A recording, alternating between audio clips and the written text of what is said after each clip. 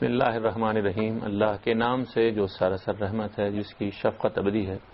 محترم ناظرین، یہ پروگرام دین و دانش ہے۔ اس میں شروع دن سے رمضان میں ہمارا موضوع رہا ہے اسلامی عبادات، لیکن آج ایک خاص دن ہے۔ آج 25 ستمبر ہے اور یہ مولانا سید ابوالعلا صاحب مودودی کا یوم وفات ہے۔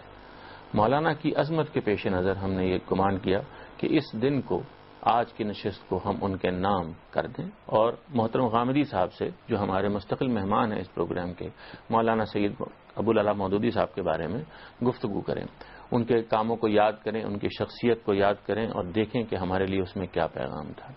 غامدی صاحب، آپ نے ایک طویل مدت مولانا کے ساتھ گزاری بھی ہے اور اس پہلو سے آپ کی گفتگو ہمارے لیے بڑی رہنمائی کا باعث ہوگی۔ میں چاہتا ہوں کہ آپ پہلے تو یہ بتائیے کہ مولانا کی عظمت اس دور جدید میں ایک بڑے اسلامی قائد کی، اگر یہ کہا جائے تو غالباً غلط نہیں ہوگا کہ شاید ان سے زیادہ اثر اس دور جدید میں پڑھے لکھے لوگوں میں، جو جنہوں نے جدید اسکولوں سے تعلیم پائی، کالج سے تعلیم پائی، ان سے زیادہ اثر کسی صاحب دین کا نہیں رہا۔ آپ کی کیا رائے ہے؟ علم و فکر کی جو روایت بھی دنیا میں قائم ہوتی ہے، اس میں تین طرح کے لوگ بالعموم ہوتے ہیں۔ ایک تو وہ لوگ ہیں جن کو آپ مدرسی علماء کہتے ہیں، جیسے ہمارے سائنس کے اساتذہ ہیں، اسکولوں میں کالجوں میں سائنس پڑھا رہے ہیں، وہ بھی سائنس کے علماء ہیں۔ دوسرے وہ لوگ ہوتے ہیں کہ جو کسی علم یا کسی فن کو اس کے اندر اتر کر سمجھتے ہیں، اس میں امتزاج پیدا کرتے ہیں اور بڑی سطح پر اس کے مطالعے کی ایک روایت قائم کر دیتے ہیں۔ بڑے سائنسدانوں کو آپ اس میں شامل کر سکتے ہیں۔ تیسری روایت وہ لوگ ہوا کرتے ہیں کہ جو ایک نئی دنیا پیدا کرتے ہیں، پہلے سے موجود فکر کو ایک نیا زاویہ دیتے ہیں، ایک نیا طرز فکر متعارف کراتے ہیں۔ اس طرح کے لوگ ہیں کہ جن کو آپ ہر علم و فن کی دنیا میں ایک ممتاز جگہ پر دیکھتے ہیں۔ جیسے مثال کے طور پر سائنس کی دنیا میں اگر آپ نام لیں تو آپ ارسطو کا نام لیں گے، آپ نیوٹن کا نام لیں گے، آپ آئنسٹائن کا نام لیں گے، آپ فلسفے میں بات کریں تو آپ افلاطون کا نام لیں گے، کانٹ کا نام لیں گے، ہیگل کا نام لیں گے۔ یہ وہ لوگ ہوتے ہیں کہ جو ایک نئی دنیا پیدا کرتے ہیں، نیا طرز فکر دیتے ہیں۔ اس میں علم اور فکر میں کچھ نئے زاویے سامنے آ جاتے ہیں جو بہت غیر معمولی ہوتے ہیں۔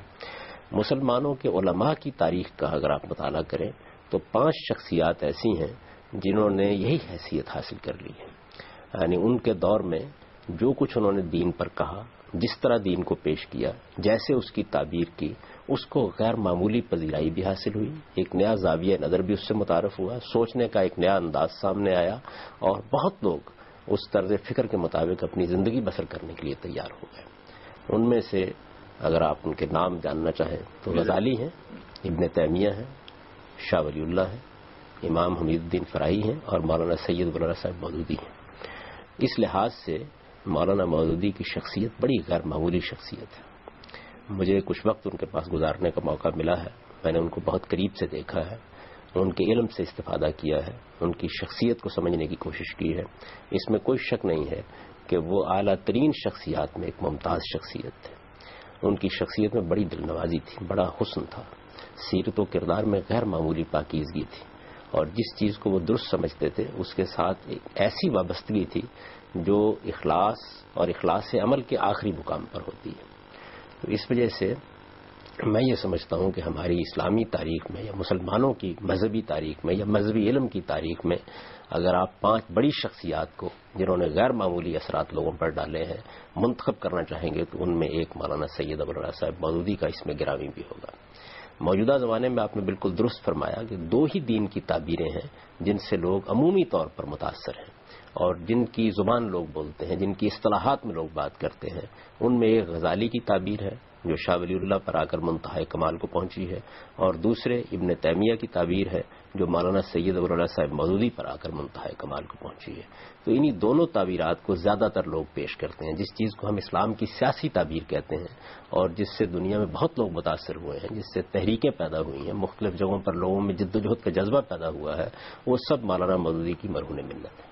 عامر صاحب، آپ نے یہ بہت گہرائی سے ہماری پوری علمی تاریخ کو سمو دیا چند فقروں میں، لیکن میں چاہوں گا کہ آپ یہ جو 2 دھارے آپ نے بیان فرمائے، امام غزالی اور امام ابن تیمیہ، جو اس دور جدید میں پھر مولانا مودودی کے ہاں ابن تیمیہ کی فالو اپ میں نظر آتے ہیں، تھوڑی تشریح کر دیں ان کی۔ یعنی ایک چیز یہ ہے کہ جو صوفیانہ مذاہب کا اثر مسلمانوں پر ہوا، اس کی روشنی میں پورے دین کی تعبیر کی جائے، یہ کام بہت اعلیٰ ترین سطح پر سب سے پہلے امام غزالی نے کیا ہے۔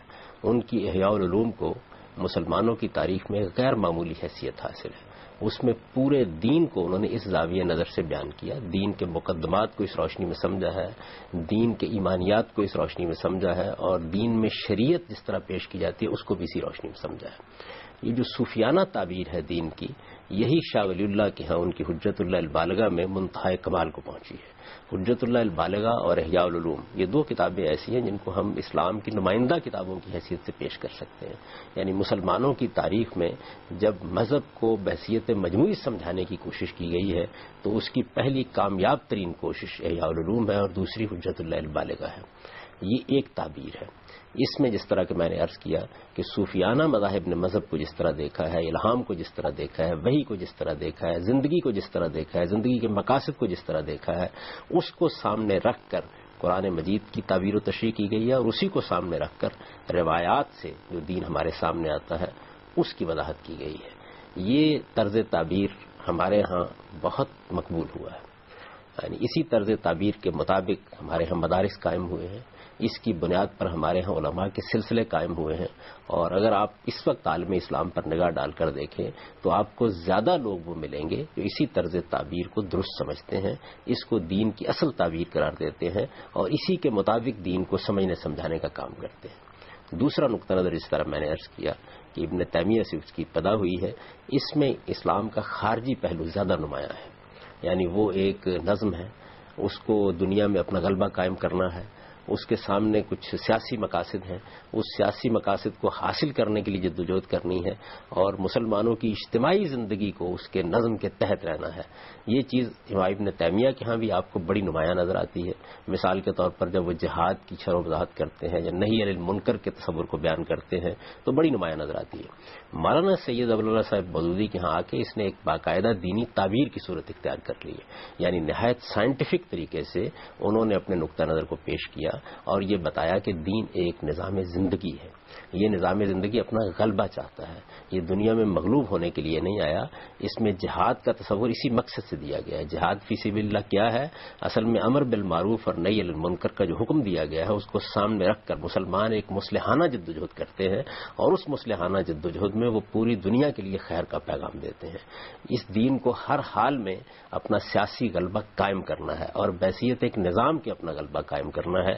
اس چیز کو مولانا سید ابواللہ صاحب مودودی نے اپنی کتابوں میں نہایت سلاست کے ساتھ بہترین استدلال کے ساتھ پیش کیا ہے. اس کے غیر معمولی اثرات ہوئے ہیں. اس وقت اگر آپ دیکھیں تو ان کے جو بدترین مخالفین ہیں وہ بھی ان کی زبان بولنے پر مجبور ہیں، ان کی اصطلاحات میں گفتگو کرنے پر مجبور ہیں. اور جس طرح کہ میں نے اس سے پہلے عرض کیا، عالم اسلام میں جتنی تحریکیں بھی اس وقت اٹھ رہی ہیں یا وہ اسی صوفیانہ تعبیر سے متاثر ہو کر اٹھتی ہیں اور یا مولانا سید ابواللہ صاحب مودودی کی اس سیاسی تعبیر سے متاثر ہو کر اٹھتی ہیں. اس لحاظ سے یہ کہا جا سکتا ہے کہ امام غزالی اور شاہ ولی اللہ کے بعد جس شخص کے سب سے زیادہ اثرات مسلمانوں کے خاص طور پر نوجوانوں پر ہوئے ہیں اور ان لوگوں پر ہوئے ہیں جو مسلمانوں کی عظمت رفتہ کی بازیافت چاہتے ہیں، وہ مولانا سید ابواللہ صاحب مودودی. خان صاحب آپ سے گفتگو بھی جاری ہے. خواتین حضرات ایک مختصر وقفے کی اجازت دیجیے، وقفے کے بعد حاضر ہوتے ہیں.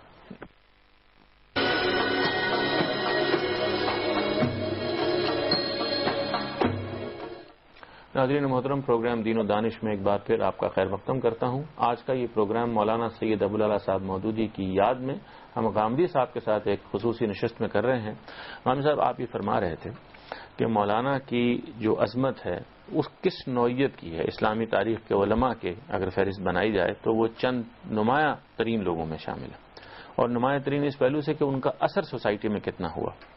یہ جو ہم دور اثر بھی، اور انہوں نے ایک نیا زاویہ نظر دیا، سوچنے کا ایک نیا انداز دیا، اسلامی فکر کو ایک نئی تعبیر دی. اس سے کوئی شخص اختلاف کر سکتا ہے، اتفاق کر سکتا ہے. خود میں تحقیق کے بعد اس سے اتفاق نہیں کر سکا اور میرا نقطہ نظر اس معاملے میں ان سے بہت مختلف ہے، لیکن اس سے ان کی عظمت میں کوئی فرق پیدا نہیں ہوتا.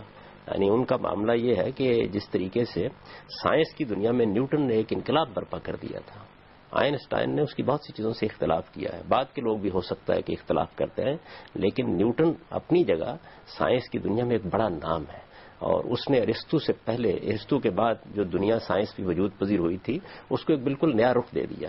مولانا سید ابواللہ صاحب مودودی کا معاملہ بھی یہی ہے. یعنی انہوں نے ایک دین کی ایسی تعبیر کی کہ جس تعبیر میں دین ایک بالکل دوسرے زاویے سے سامنے آیا اور اس نے بے شمار اذہان کو متاثر کیا. یہ غامی صاحب جو بات کسی آدمی کو بڑا بنانے میں سب سے زیادہ اس کا موجب ہوتی ہے وہ دیکھنے یہ ہوتا ہے کہ وہ کس حالات میں اور کس صورتحال میں وہ چیز پیش کرتا ہے، اور جو پیش کرنے کا اس کا عمل ہے اس میں کوالٹی کتنی ہے اس کے تحریر میں، اس کی تقریر میں۔ میں چاہتا ہوں کہ آپ اس دور میں ہمیں لے جائیں اور پھر یہ بتائیے کہ ان کا کام جو انہوں نے اپنے زمانے میں ترجمہ القرآن سے شروع کیا اور پھر جماعت اسلامی میں وہ ڈھلا، اور اس کے بعد انہوں نے ایک عظیم سیاسی جدوجہد کی پاکستان کے اندر، ایک آپ طائرانہ نگاہ اگر ہمیں اس تک لے جائیں تو شاید بہت مفید ہو۔ یعنی وہ زمانہ تھا کہ اس میں تحریک خلافت کے بعد مسلمان سخت مایوسی کی حالت میں تھے، مسلمانوں کی عظمت رفتہ بار بار یاد تو آتی تھی لیکن اس کی بازیافت کی کوئی صورت سمجھ میں نہیں آتی تھی۔ خلافت کا ادارہ جیسا کچھ بھی قائم تھا وہ ختم ہو گیا تھا۔ اس وقت جن لوگوں نے مسلمانوں کے اندر زندگی کی روح پھونکی، ان کے سامنے اسلام کو ایک نظام حیات کی حیثیت سے پیش کیا، ان کا اعتماد اسلام پر بحال کرنے کی کوشش کی، ان میں مولانا سید ابوالعلا صاحب مودودی کا نام بہت غیر معمولی ہے۔ یعنی انہوں نے جو زبان لکھی، جو ادب ان کے قلم سے وجود پذیر ہوا، وہ ایک بے مثال انشا پرداز ہیں۔ دبستان شبلی میں جن لوگوں کو نمایاں ترین حیثیت حاصل ہے اور جنہوں نے اردو زبان کو مالا مال کیا ہے اپنی نثر سے، ان میں بھی ان کا نام بہت غیر معمولی ہے۔ تو اس زمانے میں انہوں نے مسلمانوں کے سامنے ان کی عظمت رفتہ کی بازیافت کا ایک طریقہ کار واضح کیا اور یہ بتایا کہ وہ اسلامی حکومت جس کے تم خواب دیکھتے ہو اور جو خلافت راشدہ کی صورت میں کبھی قائم ہوئی تھی، اس کو دوبارہ کیسے قائم کیا جا سکتا ہے۔ پھر صرف یہی نہیں کہ اس کے لیے ایک فلسفیانہ نوعیت کی تحریر لکھ دی یا ایک فلسفیانہ نوعیت کی گفتگو کر دی یا اس کے اصول و مبادی بیان کر دیے، بلکہ اس تصور کو سامنے رکھ کر انہوں نے ایک جماعت بنائی۔ پھر اس جماعت کے ذریعے سے انہوں نے ایک لمبے عرصے تک سیاسی جدوجہد کی، اور اس طرح سیاسی جدوجہد میں بھی اعلیٰ اخلاقیات پر کیسے قائم رہا جاتا ہے، سیرت و کردار کی حفاظت کیسے کی جاتی ہے، اس کی ایک بے مثال تاریخ رقم کر کے دنیا سے رخصت ہوئی۔ اچھا غانی صاحب، آپ کا ان سے ایک ذاتی ربط رہا ہے، آپ نے ان سے دین کا علم بہت قریب سے دیکھا ہے، آپ نے ان کی لائبریری سے استفادہ کیا ہے، آپ کی ان کی نشستیں رہی ہیں۔ آپ علم کے معاملے میں خاص طور سے چاہتا ہوں کہ پہلے ہم اس کو فوکس کریں۔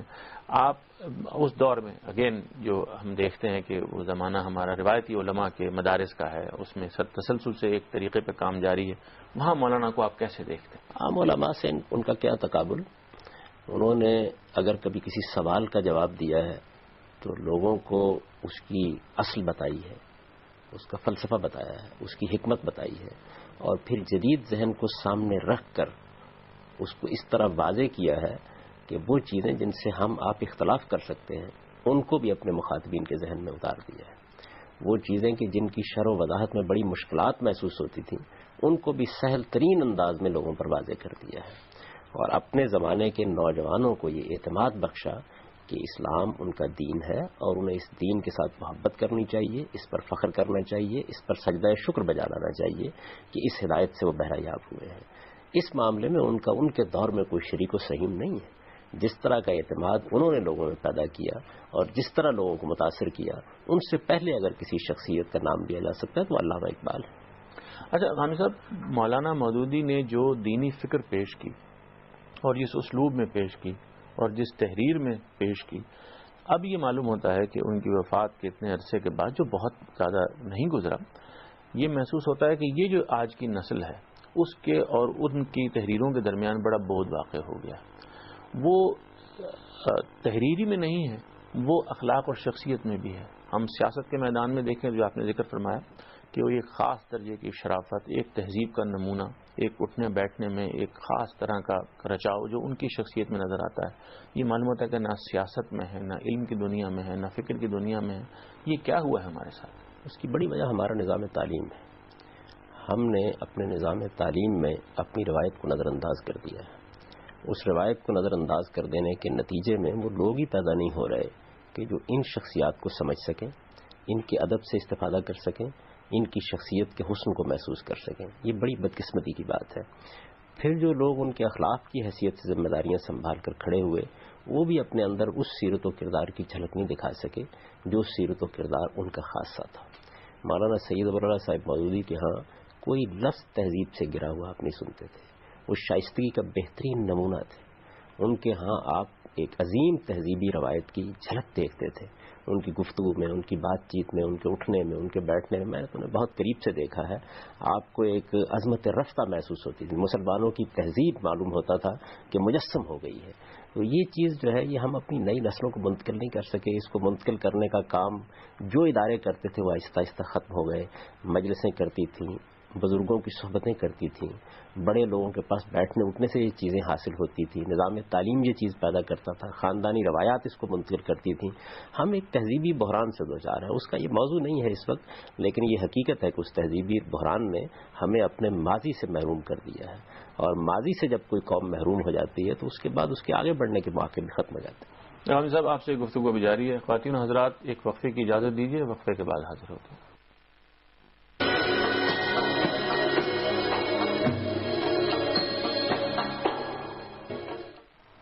ناظرین محترم، پروگرام دین و دانش میں آج ہم خصوصی طور پر مولانا سید ابو العلا صاحب مودودی کے بارے میں گفتگو کر رہے ہیں. آج ان کا یوم وفات ہے.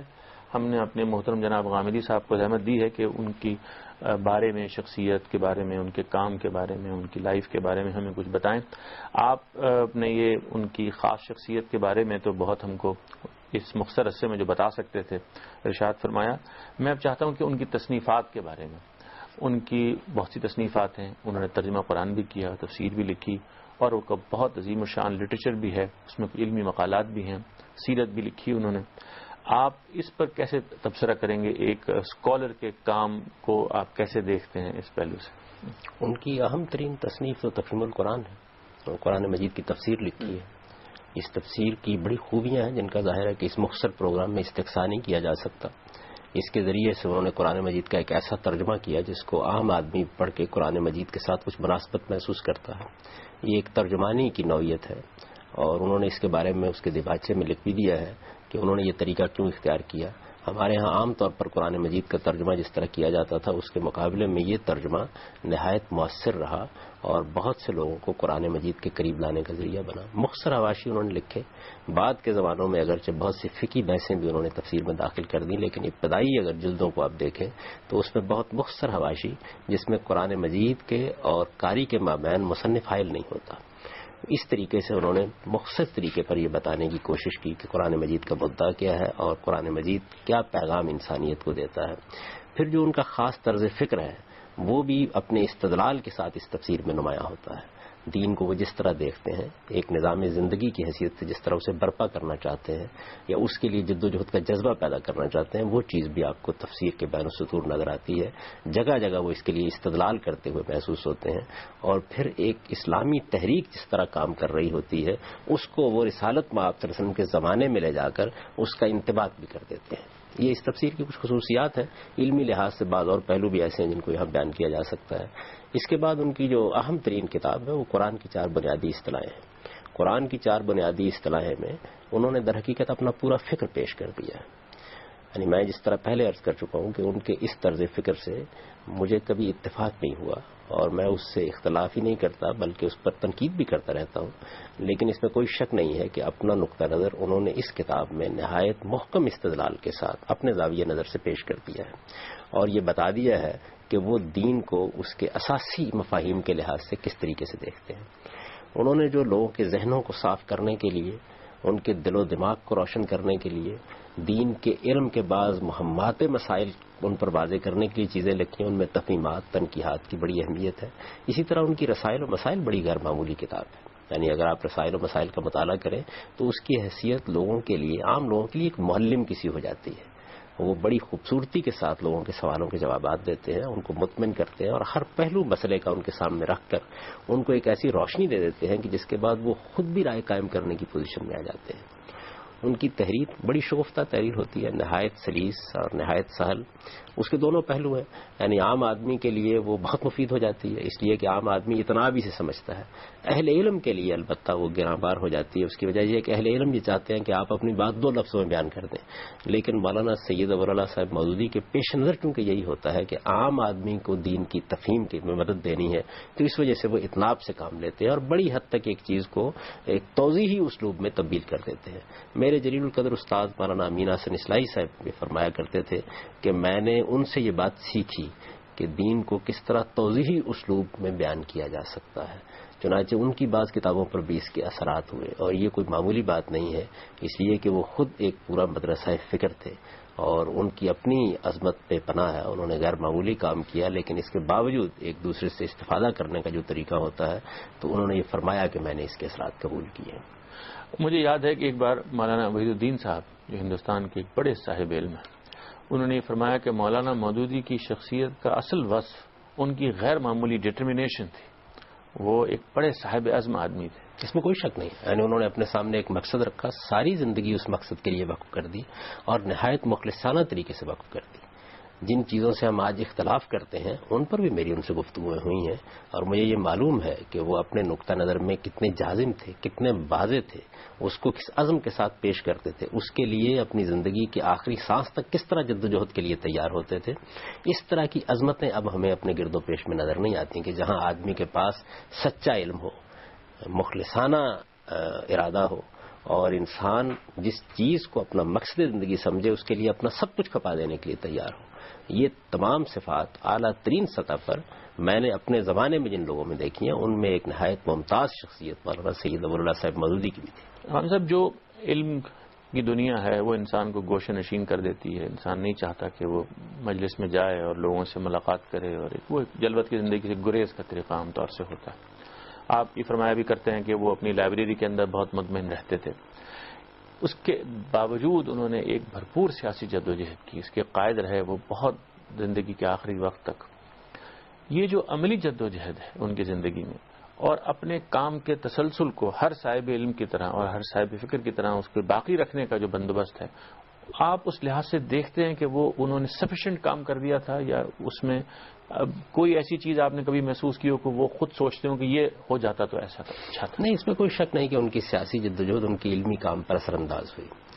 یہ ان کے علمی منصوبوں پر بھی اثر انداز ہوئی. بعض چیزوں کو وہ پائے تکمیل تک نہیں پہنچا سکے، بعض کچھ جدوجہد کی وجہ سے انہیں چھوڑنا پڑا، اور اس کے کانٹینٹ پر بھی، ان کے مشمولات پر بھی اثر انداز ہوئی. بلکہ میں تو یہ کہوں گا کہ بہت سی وہ چیزیں جو ان کے قلم سے ابتدائی دور میں نکلی ہیں ان کا رنگ آہنگ بالکل مختلف ہے اس سے جو بعد میں ان کے قلم سے نکلی.